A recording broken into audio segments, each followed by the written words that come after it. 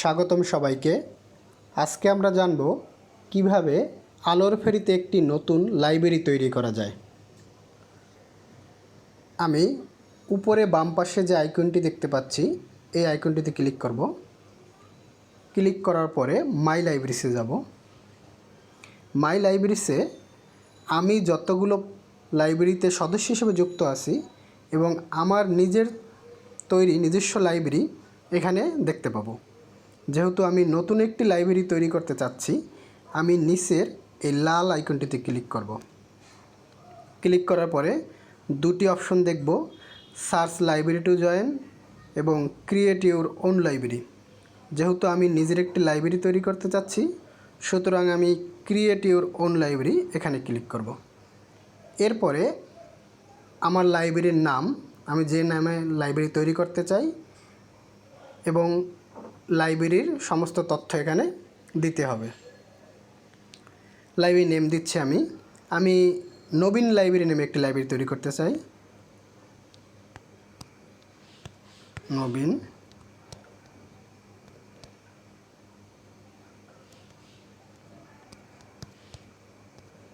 নবীন পাঠাগার লাইব্রেরির নাম দিলাম। এরপরে লাইব্রেরির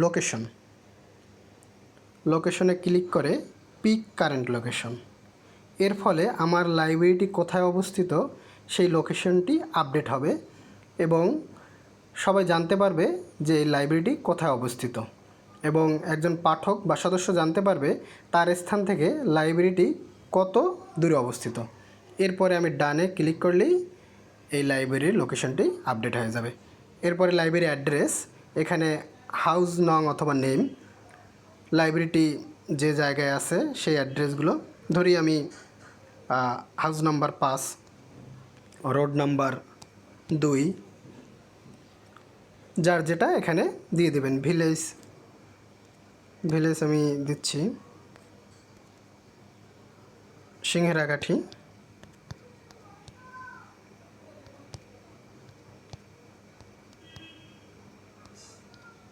পোস্ট কোড, যার পোস্ট কোড এখানে দিতে হবে।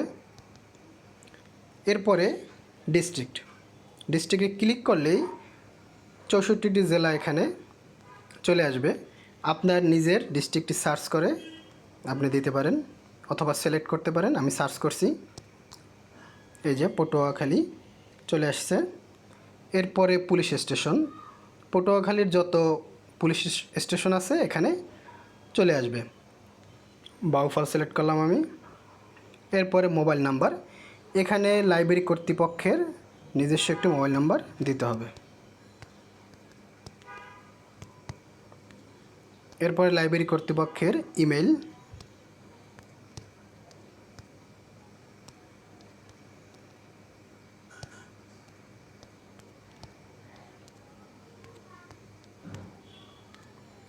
সমস্ত তথ্যই আমার দেয়া হয়ে গেছে। এখন আমি সেভ অপশনে ক্লিক করব।